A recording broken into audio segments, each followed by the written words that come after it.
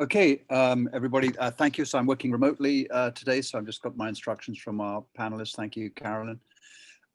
So welcome everybody to a new year and the first market update webinar of 2021. And I hope everyone had a enjoyable holidays and good start to the year. Certainly 2020 put all of us through our paces, and it was very challenging on a number of fronts. But as many of you know, on the stock market side, it turned from what was seen to be a rather sort of lazy, not really going anywhere market to an utter crash, and then turned around very, very quickly. And those of you who've been following our webinars, you'll understand some of the reasons for that. And by the end of the year, we'd end up on quite a good note where the large cap stock market index was up about 18%, including dividends. Having been down nearly 40% during the troughs of March and April. So that came out all right. And there were a number of challenges along the way, with obviously the economy leading it first. And then, as we mentioned before, the Fed coming in pretty quickly, the stimulus having some good effect. I won't really go into the politics. You probably know what kind of effects that had on the market. Ultimately, it wasn't that great, but certainly there was some challenges around about the November results and the events of last week. So kind of where are we now? We've kind of got off to a good year. Good start to the year. Last couple of days have been off a little bit, but not by very much. And so let's just talk about where we are and what we see going forward into 2021. I hope the slides will work. There we go. Economic growth is just an extraordinary pattern, and as I've said it before, we normally a recession is a decline of real GDP of about 1 or 2, and that's enough to put us in a recession if it lasts for more than a couple of quarters. A decline in nominal GDP is incredibly rare. It happened in 2008. Usually that was seen as a difference between a recession and a depression. But not only did it happen in 2008, but it happened in a very large way in 2020. So we went from a down 33% quarter, up 27 in the second quarter, up 8 or so in the third quarter. I think the fourth quarter will be slightly below that. But right now, economic growth is slowing. Now it's slowing from the rates of the second quarter and the third quarter, which you would expect, because an economy always grows rapidly out of a recession. I know this recession like no other one, but always when you hit the bottom, you get you get bounces in earnings, you get big bounces in corporate productivity, because a lot of employers have laid off people and they're not that keen to bring them back that quickly. So current employees produce more.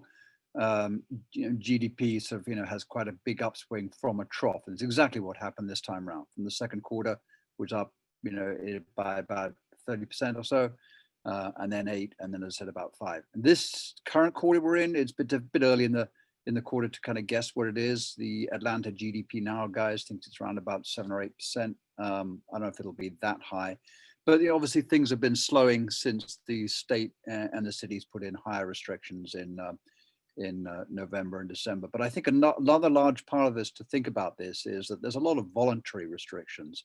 So while there may not be, the kind of hard shutdowns that we've seen in Europe and we saw last year, a lot of people are voluntarily kind of distancing themselves from gatherings, and that includes shopping, other forms of entertainment, getting together in places where they would typically spend money. So basically, the slowdown doesn't makes perfect sense to us. We expect that to pick up, but it really depends on our last item. Sorry, what we can get to in a minute is the pace of recovery in the vaccinations. Generally, services are hurting more than manufacturing. The manufacturing numbers have actually been pretty robust, whether it's measured by export growth, again, not in services, but in goods. The various ISM manufacturing surveys have been pretty positive. They're sort of up in the 55, 60 ranges. 50 equals equilibrium. Everything above 50 denotes expansion. So they've been quite robust the last couple of months.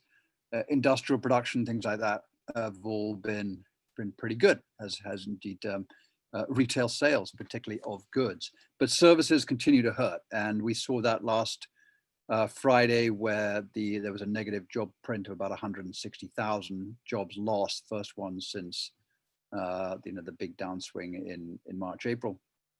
And overwhelmingly, they were in the services and entertainment industry. They were like 500,000 people. And that's an industry which employed about 16, 17 million people out of a workforce of about 150 back in February. Is now down to 12. So, services, and what they are, the kind of anything which is gathering, whether it's cruises, hotels, entertainment, music, sports events, the like, are really hurting pretty badly. And the US is a service economy. Whether it's high-end legal services all the way down to local delivery services, that's essentially what we are as an economy. So those have been hurting more. Those are more easily seen, and again, those will probably come back as they will come back as the economy straightens out in the second quarter. Everything depends on the virus. It's been a slow start to vaccine. I'll cover that in a minute. The Fed conditions are good. Now, recently we've seen an uptick in long-term interest rates. I wouldn't put too much emphasis on those.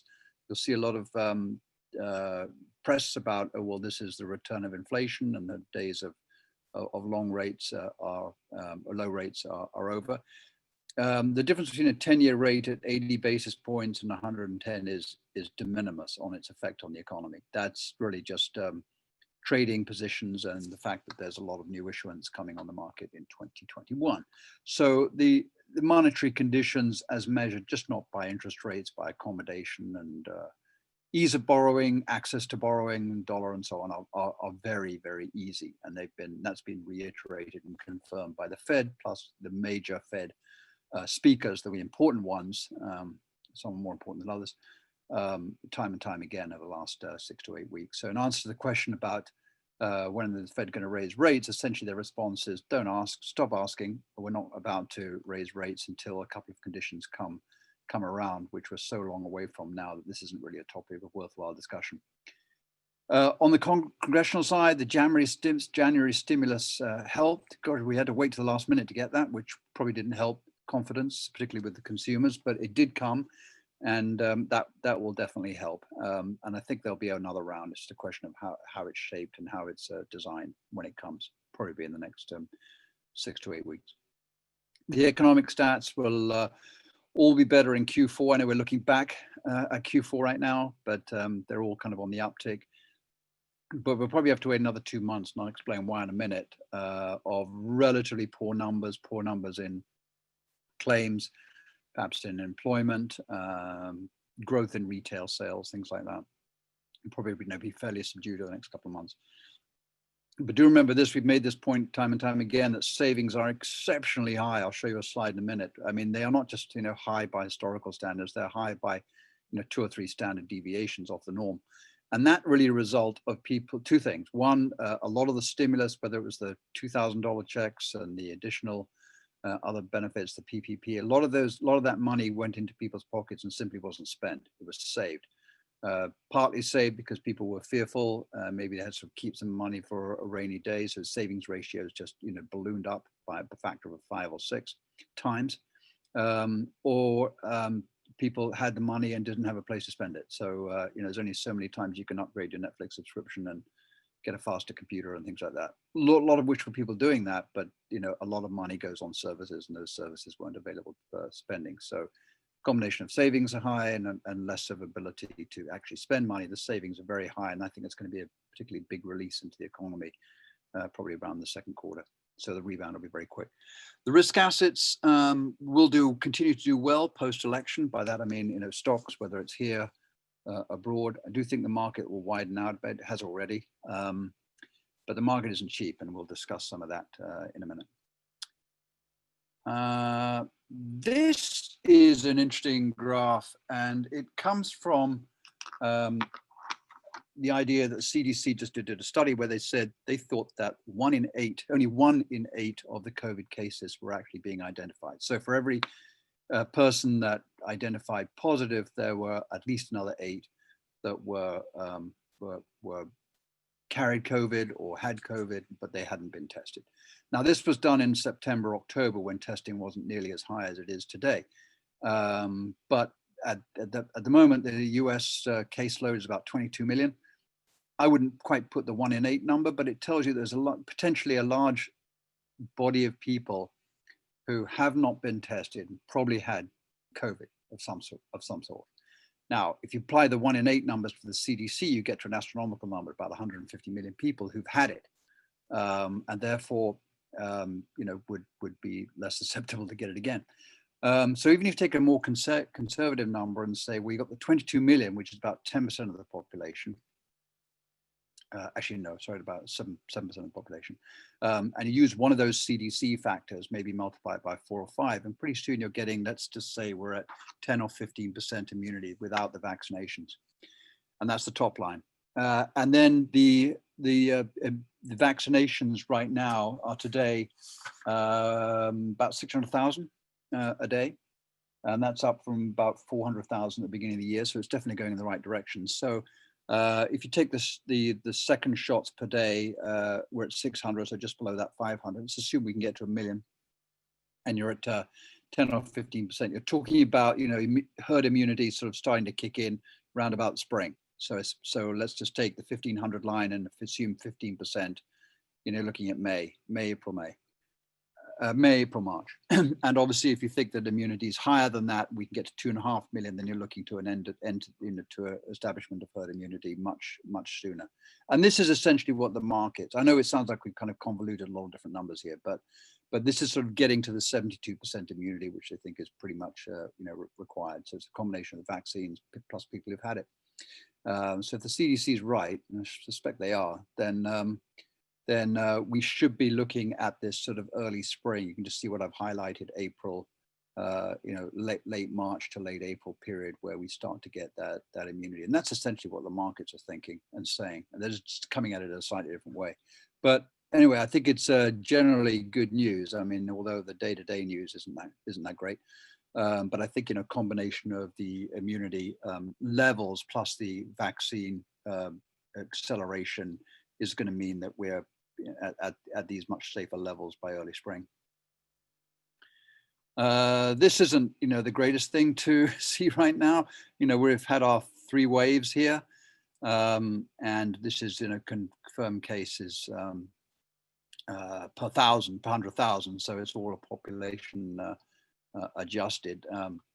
Europe and these other ones had a distinct second wave. But it wasn't nearly as extreme, and they seem to be, in much better shape. But this kind of third wave, I think I'm stepping on dangerous ground here because I'm not really like everyone else. I'm not totally au fait with the immunology and epidemiology statistics here, but it would suggest to me that we may be past our worst, and things will start to get better. And this is encouraging too, because I've shown this graph the last couple of times that we've been together. And if you remember those Wisconsin, South Dakota, and North Dakota, and I'd include Wyoming and I think Minnesota as well, just because they were all within shouting distance of that Sturgis rally, which led to a huge outbreak. But those have all come down quite remarkably. Those of us here in California, that's a slightly different story. We've got this kind of peak, and then it's been creeping back up, and the local news on that. But this is at least a showing that some of these heavy caseloads are moving in the right direction. The Fed, I've mentioned time and time again, I'd put them down as sort of man of the year or person of the year if we're able to put an institution down. They were the ones that came through very, very quickly. They continue to be very clear about what they're going to do. They've set an inflation and employment target, which is so far out that it suggests that they're going to keep monetary policy easy for a while. I just to remind people that monetary policy isn't just the level of interest rates. I mean, it is the Fed funds rate is one of the key levers, and that will remain at 0 for quite some time. But the level and pace of quantitative easing. So this is the result of that. This is the assets on the balance sheet, which ballooned up from about 3.5, where they were sort of essentially winding down, up to over 6. That level of growth has begun to ease off a little bit. The percentage changes at the bottom are year over year, and and the weekly change in annual rate, could see that they were, very, very high during the worst of the crisis, 400%. They've come off quite a bit. And so the Fed is really sort of saying, we've expanded the balance sheet. If we need to do it again, we can. But they've slowed the overall buying of it, mainly because I think they're, they feel, and I think they're right, that we're mostly out of trouble here. And a lot of the credit markets, debt markets, money markets, and others don't need a lot of liquidity provision right now. But anyway, the Fed stands there, low rates, especially at the short term, for some time to come. And I think they're going to be flexible as needed on the pace of quantitative easing. The yields have popped up recently, as I mentioned earlier. A 10-year went from about 60 basis point mid-year to about 80, 90 by the end of the year. And today it's about 110, something like today is about 110, something like that. But I think that's fine. You can see now that the now one is with a 30-year note at 189. We just showed up against a year ago. And so it's moved up slightly from the 1 month and 1 week ago, not at the short term. If you look at the short end, those kind of overlay each other almost perfectly. Nothing's happening, at any rates between overnight and almost 24 months. Those are not moving at all. But what's happening with the rest of the curve is slowly getting more steeper. And that's generally a good sign. It's good for financials. Banks can't make money in a flat yield curve environment. In other words, they can't really take in money at 6 months and pay a depositor 50 basis points and lend it out for 10 years at also 50 basis points. They just don't make any money on that. They need something steeper, and this is how they do it. So a steeper curve is usually good for financials, and explains why financials have had a very good run over the last couple of months.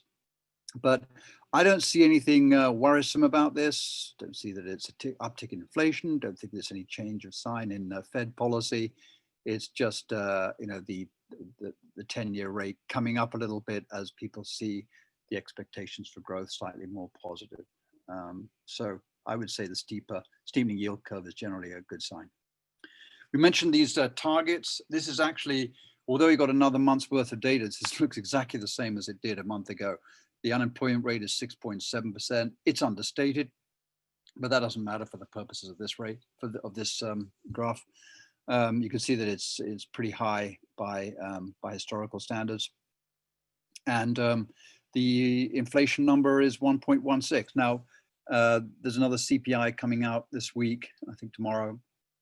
It might show it's slightly higher than that. And we do expect an uptick in inflation in the spring, mainly because of the base effects. 12 months ago was when, for example, we had that oil down at, in single digits. And that fed through to gasoline prices and other kind of oil related products that everyone buys. And so inflation back then was really at a remarkable low. So when we start to do the year-on-year numbers in the second quarter, it'll start to look like it's ticking up, but it's really not. These inflation numbers are pretty static. And I wrote about it in the blog last week about, it's very difficult for this economy in the US these days to break through a 2% inflation rate for a sustained level. So if you kind of take the Fed at their word, it's going to be an awful long time before these two numbers, where in unemployment's around about 4 and inflation's around about 2, to match up again. So I think, again, this comes back to the Fed being easy for longer. The deficit, as you know, Republicans sort of wax and wane on this. So they get very deficit hawkish when they're not in power, and then they tend not to worry about it when they are in power. And when we wrote about the tax increases in decreases in 2017, we knew it was going to be a huge impact to the deficit. I mean, they put out these 10-year projection numbers in order to avoid having the Senate have to vote them through with a 60-40 majority. But actually, no one believed that they were going to be able to double the growth with those tax changes. And so the deficit started creeping up. I'm, again, not too worried about it. Again, you'll hear plenty of commentary about the deficit is 100% of GDP or 120. It depends on whether you count the securities held by the Social Security Administration and government pension funds. Most people don't. But yeah, the deficit has increased, but this is what they're paying in interest. So if you kind of go back to 1994, those blue lines, the national debt net interest payments, because they hold them and net off what they have to pay, what the Treasury has to pay out, and what it receives from intergovernmental holdings, about 400 billion. Well, today it's about 500 billion. So it's plummeted as a percentage of GDP from 5%, where you could argue that 5% of GDP was committed to paying just the interest rate on Treasury securities, down to 2.5%, and it's been there for most of the last decade. So in my view, this is it makes sense to borrow long at rates which you can borrow the 30-year at 1.8, something like that, 2%. In real terms, it's all negative. So I mean, even if theoretically, if the government went out and built a bridge going nowhere with a 0% return, it would have a positive rate of return on an inflation-adjusted basis. So I mean, I'm not going to do that, but it does suggest that if the economy is in a slump, which it was, then it makes sense for the government to borrow at incredibly low rates. So I'm not worried about the deficit crowding out or anything else like that. I mean, we definitely have to kind of fix the economy, and so the latest stimulus package might sound very very high, very alarming, whether it's 1 trillion, 2 trillion, but at these levels of interest rate and this level of economic slack, it makes perfect sense. So I don't think it's going to affect the interest rate down there at all. The labor market has definitely stalled. We've been writing about the weekly claims numbers every week since this happened. So over there on the left, we had these extraordinary numbers of 6.8 million. This is a log graph. So normally we were talking, the record claim number before this was in 2008, I think, and another one in 1981, where it's about 600,000. And that really freaked people out. And we went to 3.3 million, 6.8 million. It took a while, and we had several weeks where it was way over a million. You can really see that from September, it's essentially just flattened out. So we're still running at about 700,000-800,000 claims a week, and this is again part of the triple wave that we've had, the different types of close downs, the weakness in the services economy, also claims which were local government related, as people went back to school but didn't go back to school, so not as many people needed to be hired for that. So these claims numbers are still extraordinarily high on a historical basis. I think they're likely to go up in the next couple of weeks, just because they're very tied to the COVID case load, and those were increasing post the holidays. But really, these numbers need to get way down before we see a really good improvement in the labor market. So definitely the labor market is the part of the market which is still not doing very well. The other thing that happened here was that there was a change in the unemployment benefits. There were two special programs, one for gig workers, one for people whose regular state unemployment benefits had expired, and they both lapsed on December the 31st. Now, one of those programs has been revived, but at a lower rate, so that might help the claims numbers in a few weeks. But this is a better graph for sure. But when I look at this and just see that, hey, we're at the same number we were back in October, that's not a good sign. That's got to start moving downward over the next couple of months. And I think it will, just as we mentioned that the market is expecting more recovery in the early spring, but it's not there yet. And then last week we saw a negative print. So this extraordinary big number here, the 22 million job losses, again, not even close to what they had ever been. This is on the right-hand graph of the number of new jobs created. We've sort of been running along for the best part of a decade between about 120,000 new jobs a month to about 200. Sometimes they spiked up, sometimes they fell off, but that was sort of, if you kind of average it out, we were about 150,000 a month, just about in line with population growth. Then we saw this big collapse here. We start to go back up again, and then we had it fall last month. So those are December numbers. So those, and of those negative 140, 450,000 were in the leisure and entertainment industry. So that alone explains the big change in decline in new jobs. Again, I think this will start ticking up a little bit, maybe not in January, because the survey date is the 12th of January, which I think is today. And I don't think there'll be a huge uptick there, but again, I expect it to start to recover quite well by this spring. I've also mentioned in the blog that this hourly wage growth, you'll hear people talking about. Well, it's great for if you've got a job, because it is, but average hourly earnings of all employees, this white line, is growing by 5% a year, which is totally untrue. That is just a statistical quirk where lower paids have lost their jobs far more in proportion to their size of the workforce than higher paids. In the leisure and entertainment industry, the average hourly wage is about $15 compared to a month an economy-wide average of $28. So if those people drop out, it looks like the rest of the population have had a wage increase, but it's just taking out the lower page from the numbers. So underlying wage growth is probably 2 to 3%, something like that, in nominal terms, so flat in real terms. So this isn't an issue at all. And if you read anywhere that it's been great, and that wages are increasing by 5%, then flip to the next page, because it's just simply not true.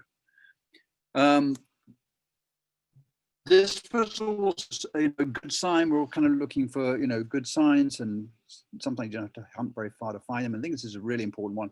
This is the permanent job losses. So we mentioned before, this is when a company or a branch or an office doesn't just say we need 10% fewer workers and has to lay people off. It closes, and the business permanently says we're done, and filing for closure, bankruptcy, or whatever it is. The jobs are just not coming back. And that, we saw a big jump in 08, 09. That was essentially, a heavily overstaffed financial services industry, cleaning out. And that's kind of skyrocketed up to 6-7 million. This is pretty severe as well, coming from from a lows of about 1.2 million to 3.3 million. It did go down last month, which was good. It suggests that employers are not wanting to let their best employees go, and they're trying to do everything they can to stop from having to close their businesses or make those job losses be permanent. So that's a good sign. We're watching this one for the next couple of months. If it stabilizes, that's great. If it falls, it's even better. If it increases, we've got a problem. But at least it's sort of in the right direction for the last month. This is just really the GDP numbers. I kind of talked about that. It's just the big 31% decline. It came back sharpishly. We're still way below where we were. I think total GDP is down about 8% from what it was in the fourth quarter of 2019, when it was kind of last at its healthiest for a full quarter. So there's still a lot more improvement to come. Yeah, this is actually a better one. This is the GDP now is up 33%, and this is the Atlanta guys. Atlanta Fed puts out this kind of running estimate of where they think growth will be. So there's certainly been an uptick back in middle of December. They were thinking growth would be around about 4%. And their current number, as published today, is about 8.6% for this quarter. Again, these are all annualized numbers. So it doesn't mean that the economy grew by 8%. It just means that it grew by roughly about 2%, but it's 8% on an annualized basis. But it's kind of in the right direction. So some good signs on the growth side. I mentioned this because I think this is where there's going to be potentially a very big jump in consumer spending. If you think about all of the demand has been pent up. Now you can't go out and have 10 meals on the trot to make up for all of the restaurants that you missed out on last year, and you can't go out and have 20 haircuts on the ones that you missed out. But you can go out and start to go on vacation, buy on services, airlines. All these are going to come back, I think, pretty darn quickly. And there's a lot of pent-up savings here. I mean, this is savings deposit percentage of GDP, sort of running about 45%. Well, it's about 55% here, and it's gone from roughly 9 trillion to 11.2, and that's an awful lot of savings, way above what normally people would hold in their savings accounts, just for sort of general purposes. So I suspect, again, this is a lot of the money which people earned but didn't have a chance to save, to spend, or people who just simply saved their unemployment benefits or furlough money or PPP proceeds. So this is a very big deal, because this shows that the consumer, if they're working, is in pretty good shape. And on the debt side, credit card debt, consumer debt has all been pretty flat to lower. So this is all net cash that could go towards spending very, very quickly. And I think it will, once there's any kind of semblance of a all clear. And then the two bright spots are the same that we've talked about before. Vehicle sales came back very, very quickly. And this is an extraordinary decline from about 17 million on an annual basis, again, using annualized numbers, to 7. So that's just, the car company closed up, as you remember, last March, April. They just ceased manufacturing. So it was, once they cleared the backlog of inventory on the car lots, there was just no demand at all. But it's come back very, very quickly. Trucks more than cars, but a truck is an SUV in America. So it really is just showing that that there is a demand for these, and whether it's tied to people changing their commute habits, probably, or they need more cars at home because there are more people who need to get around because they're working from home. All these kind of things are probably driving the numbers, but it means that the people are feeling confident enough to go out and buy a fairly big ticket consumer durable item, and they're able to get access to money and credit in order to do so. And the other one, as we mentioned, is housing. This is new home sales, sales of existing homes, similar sort of graph. It's come up nicely, corrected obviously March, April, came to a standstill, and then started to escalate pretty quickly. But this is certainly a good number. And again, it's people. It might be people moving. It might be people who need more room because they feel they're going to at least have one of their rooms committed to a work from home, office location. So all these things are, showing up in the housing numbers, and mortgage rates are incredibly low. And if you're able to qualify, it's quite easy to get a mortgage. So the housing numbers have been certainly the other major bright spot. This hasn't changed too much, except the market's gone up again since we talked last, probably another 6 or 7%.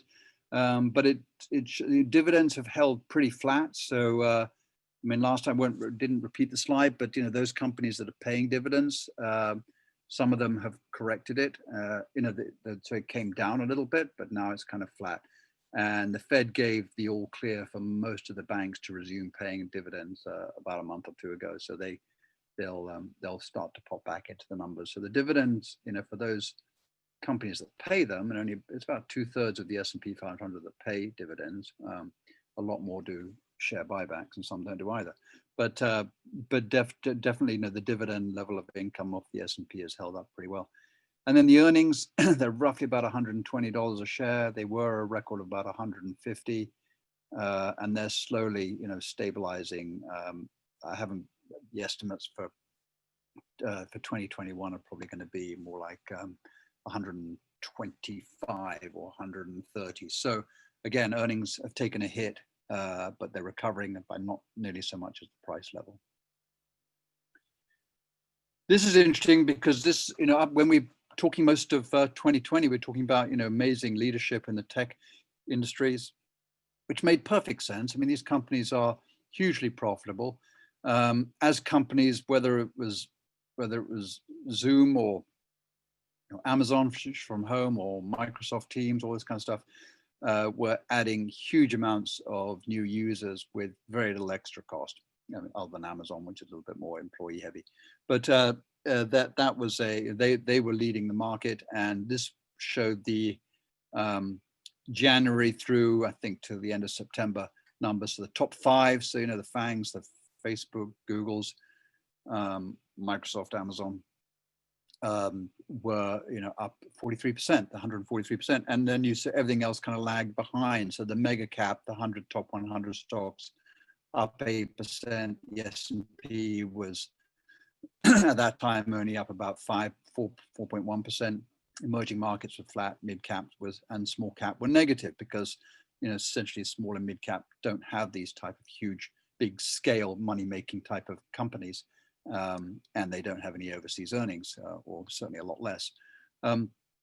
So that was, they were lagging, but boy, did this thing move quickly in the other direction. So in the last 3 months, the small caps were up, nearly up 28%, mid caps up 20%, and emerging market up 17, whereas the large cap S&P 500 took a bit of a breather, still up 7%, which is a very good number for an annualized number.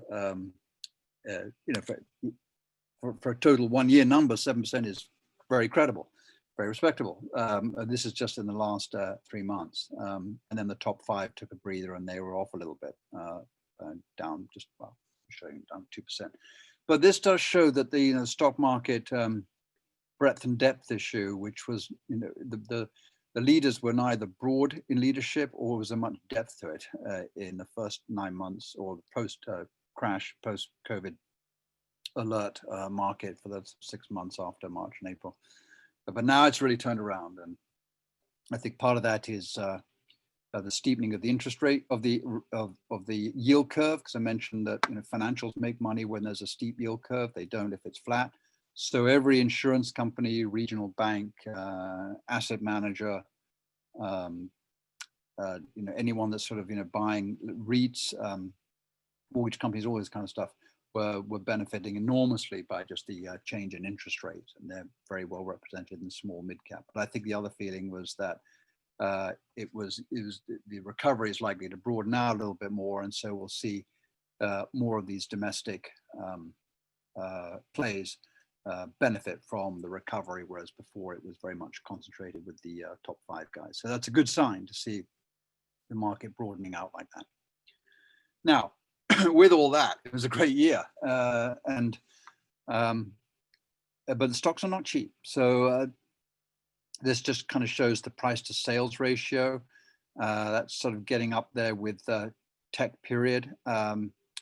It's not a huge alarm bell, red light, DEFCON 4 alarm, but it's definitely not a bargain. And then I've just taken the enterprise value over earnings, which is just a way of looking at price earnings ratio from a slightly different lens. And you can again see that the stocks have come up by quite a bit, and they were sort of in this for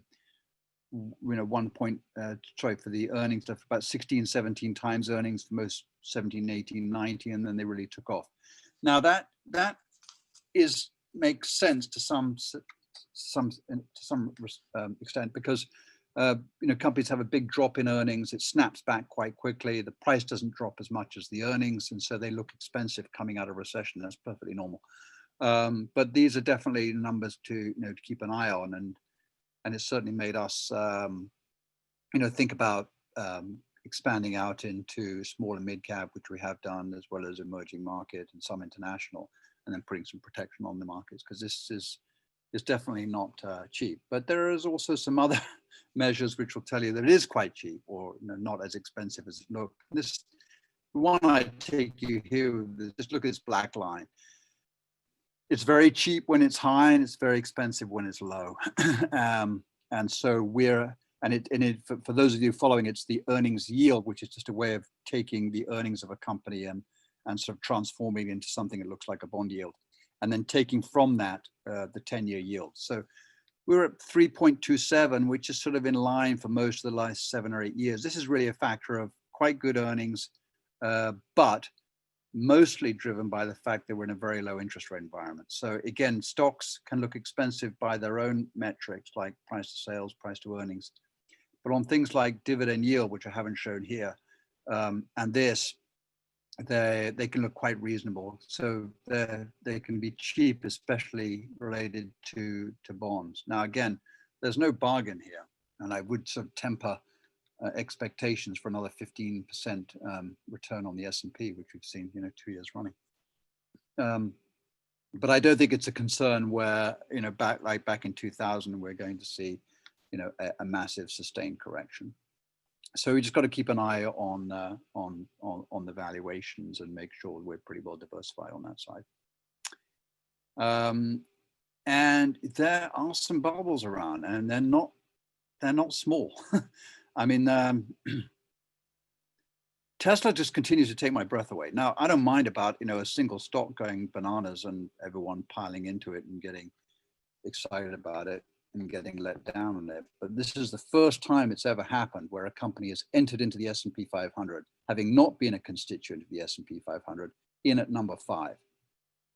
So at a roughly $750 billion, that makes it bigger than Facebook, who, makes a lot more money than Tesla. 30, 40 times more, and that's Tesla on a good day, and bigger than Berkshire Hathaway and things like this.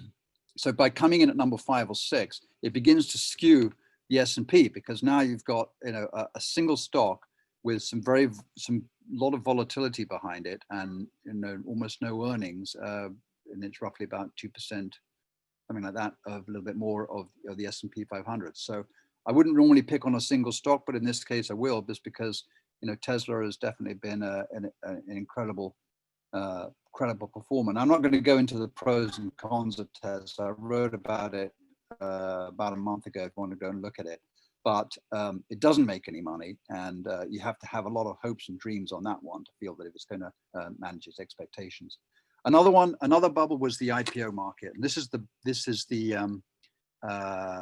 black line, and this is just an ETF that specializes in IPOs. And really, IPOs are very cyclical. They kind of go along, don't do a heck of a lot for a number of years, and they have a big spike. So this is the 1-year number, and the IPO numbers were not great, as you'd expect, and then they started to take off by quite a bit. So if you'd had the IPO numbers for the last 12 months, you've more than doubled your money. And then, of course, Bitcoin, which started off the year incredibly strong, has corrected a lot.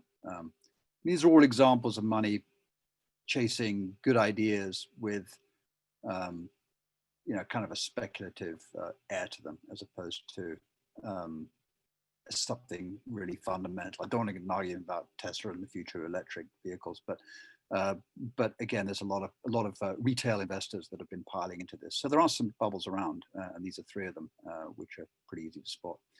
I don't know when they're correct. And just as a reminder, to kind of go back to what happened, you can buy a perfectly good company. This is sort of Amazon, Microsoft, and Cisco back in 2000.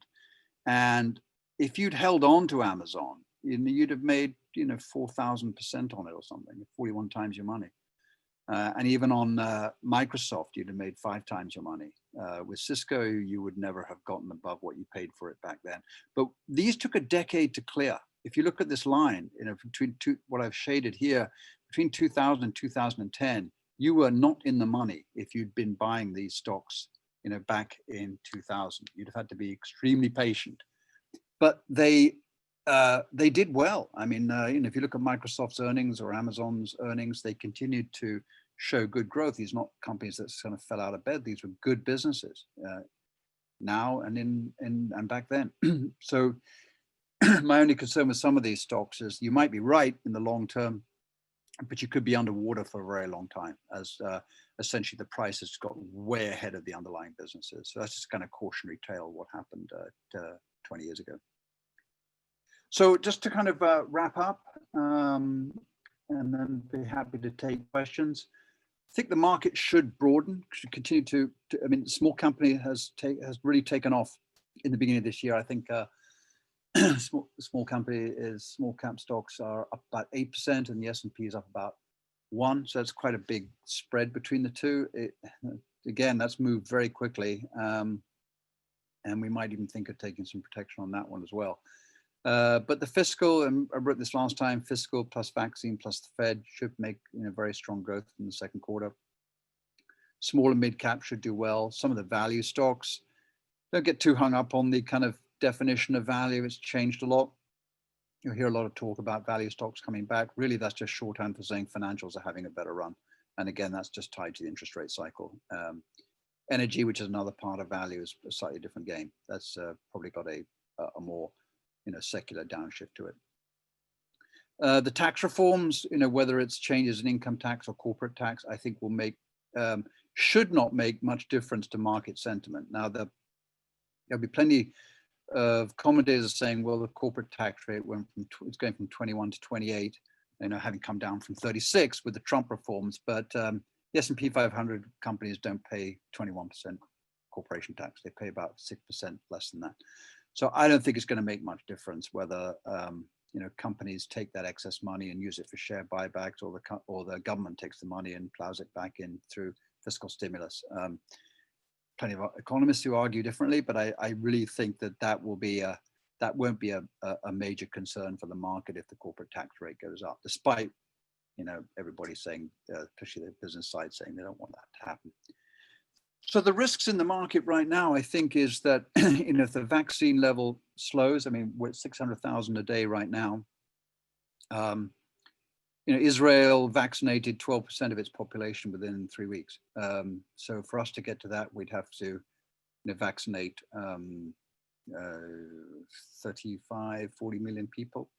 And at 600,000 a day, we're not going to be able to do that. So if hopefully we'll see the vaccination logistics and everything else begin to improve, but there's an expectation that they will. And if they don't, then that's a risk for the market.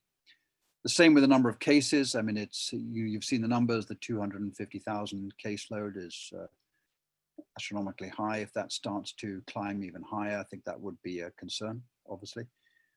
Any change to the status quo in the rate and Fed environment? I don't see it, but right now, all the major central banks are on a low rate outlook.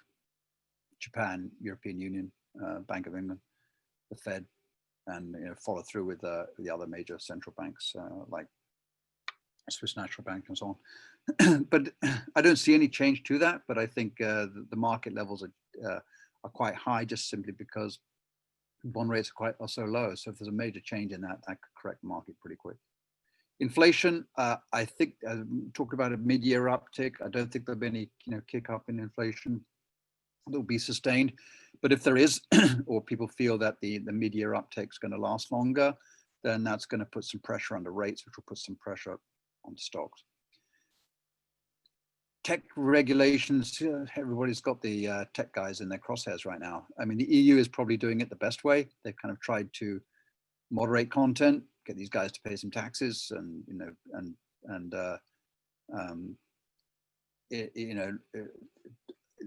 put some mild regulation around it.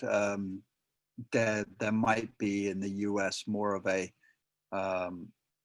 feeling that they need to be re-regulated harder. I don't think it'll come to a big breakup or anything else like that, but definitely tech has had a pretty good run of not being touched by the regulators, and that's probably going to change. And then finally, if the dollar accelerates in strength, that's not very good for emerging markets. So I think the dollar was pretty weak in the fourth quarter of last year. It's softened up a little bit. It's got a little bit better recently. But we wouldn't want to see a sort of a dollar begin to weaken. There's no reason why it should. People like Trump talked it down. It didn't really succeed. But if you never know if someone's going to try and do that. I don't think the current the about to be administration will do that. You've got Janet Yellen, who knows this stuff, sitting in Treasury, probably going to be the very successful Treasury secretary. So I don't think we'll get that kind of stuff again. But it doesn't help when someone's the head of state is talking down your currency. So, but that's definitely something that is out there as a potential risk. I think overall, earnings are going to rise quite well in 2021. We certainly be back up to pre-pandemic levels within about 18 months. And also there should be some increase here in the dividends. So, on the whole, markets done very well, very pleased to see the kind of small and mid-cap rally come through, as well as the emerging markets. We expected it would, but when these things happen, they happen very quickly. Sometimes you've got to sit around and be patient for that idea to come through. I wouldn't be surprised if we get a little bit of a market correction, just because once things settle down a little bit, and I'm assuming some things will settle down post the 20th of January, you'll get some, you might get some more profit taking, or the market be a bit more vulnerable to any setbacks, but I don't think that'll be a sustained correction at all. Okay, I'm going to stop the share now and just see if there's any Q&As coming through. Doesn't appear to be right now, but happy to take Q&As over the chat box, or if you think of something later, please give us a call or send us an email. Be happy to answer any questions you might have.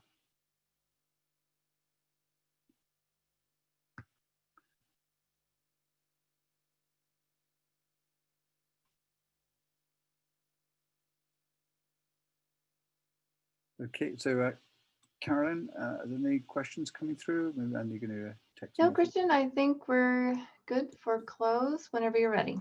Okay, I'm just going to thank everybody, and I'm just going to come back to share the screen and put where the slide go.